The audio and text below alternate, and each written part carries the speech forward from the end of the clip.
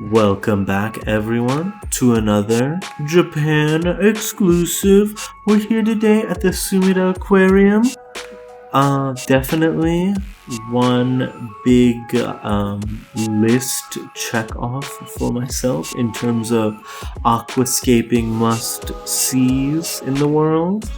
As you may or may not know, this is where some of Takashi Amano's work is located. Some of his displays are right here. As I am approaching them, you can see an insanely big planted aquarium. And there's not only just this, but there's quite a few more tanks in this section here. Now, wasn't the best day to be filming this. It was quite crowded, and yeah, the video is not that great, so I hope you get a general sense of how beautiful these tanks are, even though there's reflections and people everywhere. But the first tank we're greeted with is just stunning. It's this amazing tank. It's like two islands, and they're connected by this driftwood bridge.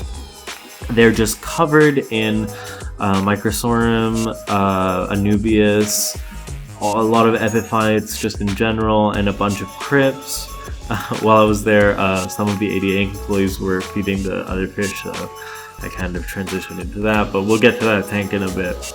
So yeah, I don't have any of the measurements of these tanks, but trust me, they were huge and quite amazing.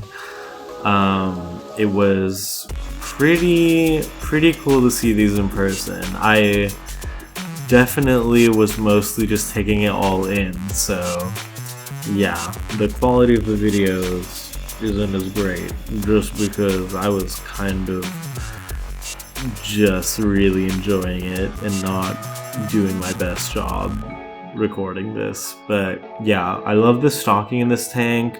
They had roseline barbs, rummy noses, a bunch of different tetras in general, serpes, so many Amano shrimp in all the tanks, and these beautiful angelfish.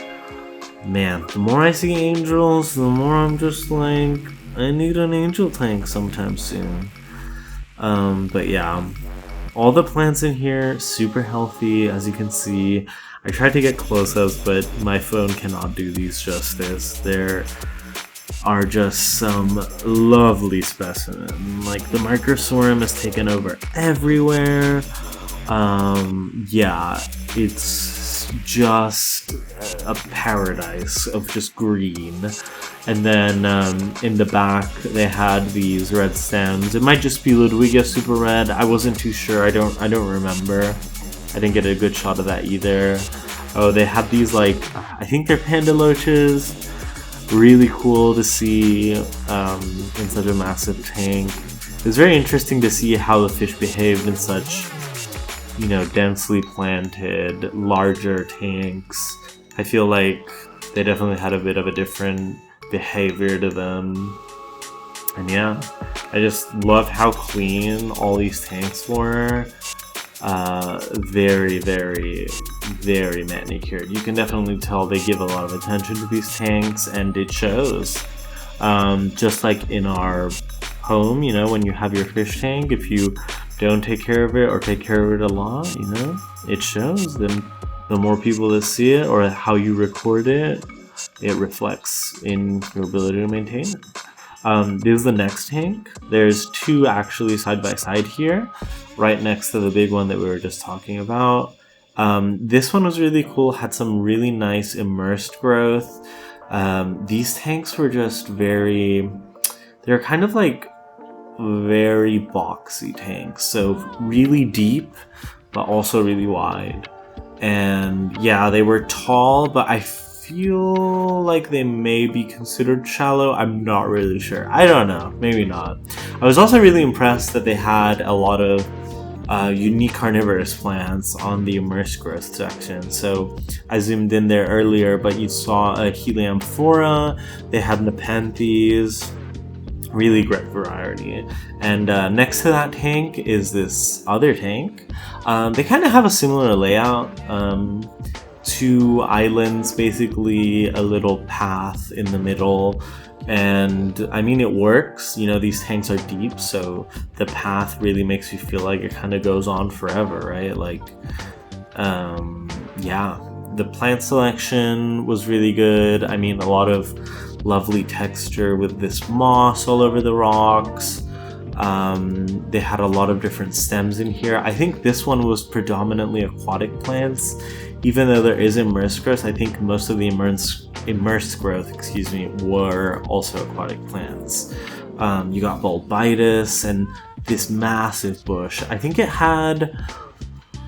it was water wisteria and some Hygrophila pinnatifida and some other stuff just sticking out.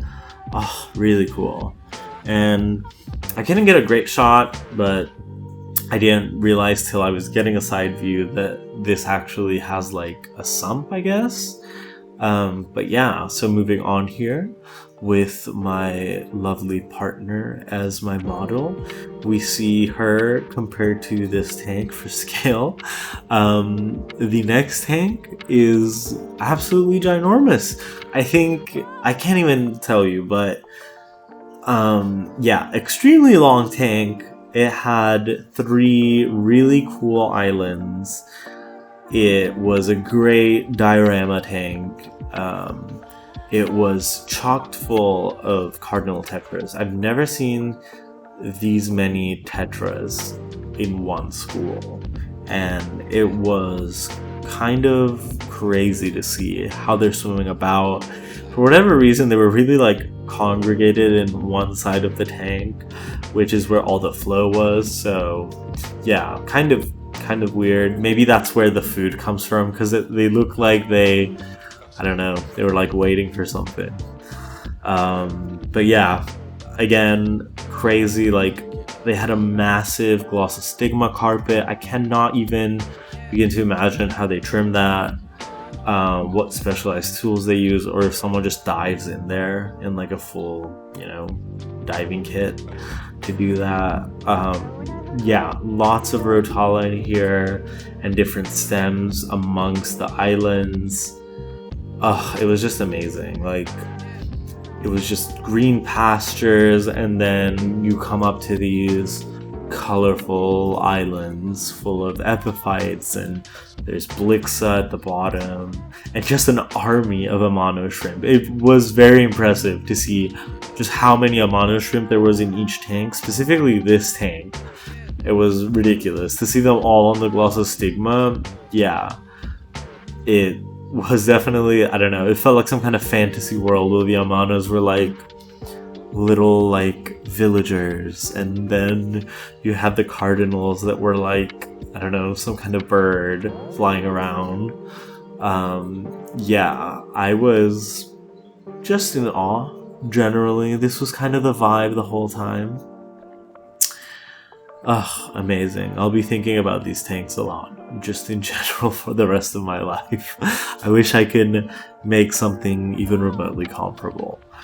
But yeah, these were beyond impressive to see in person.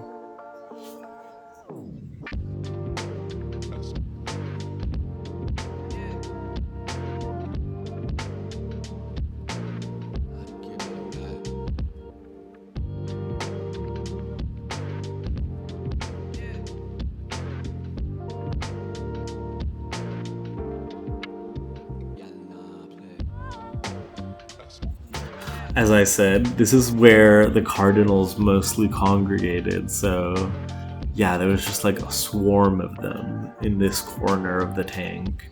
Maybe it's because there's the most cover there too, because I think that was one of the larger islands. Maybe they felt safer there for some reason.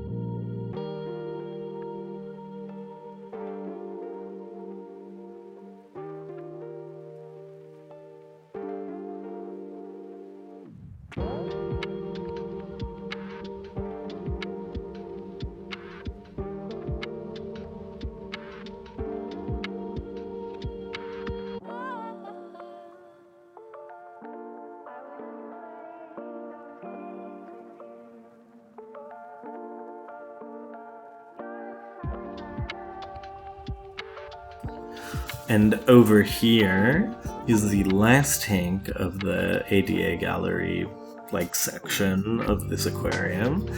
Probably my favorite tank. Let me know which one was yours. Its primary school of fish, I guess, are these rainbows.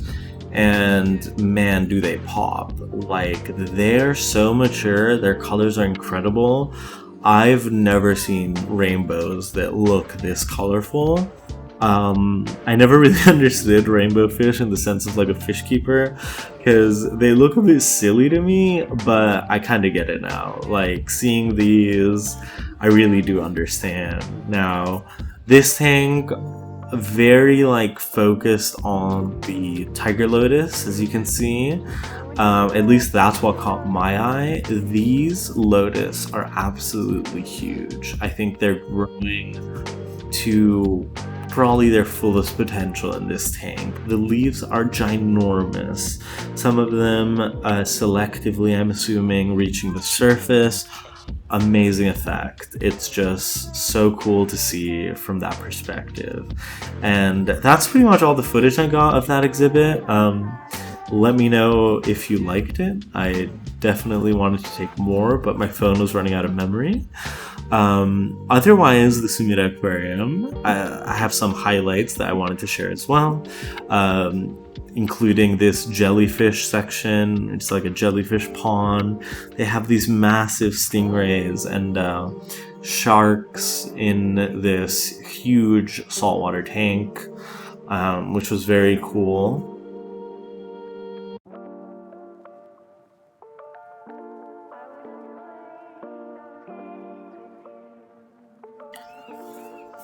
Otherwise, there was a pretty impressive goldfish section in this aquarium.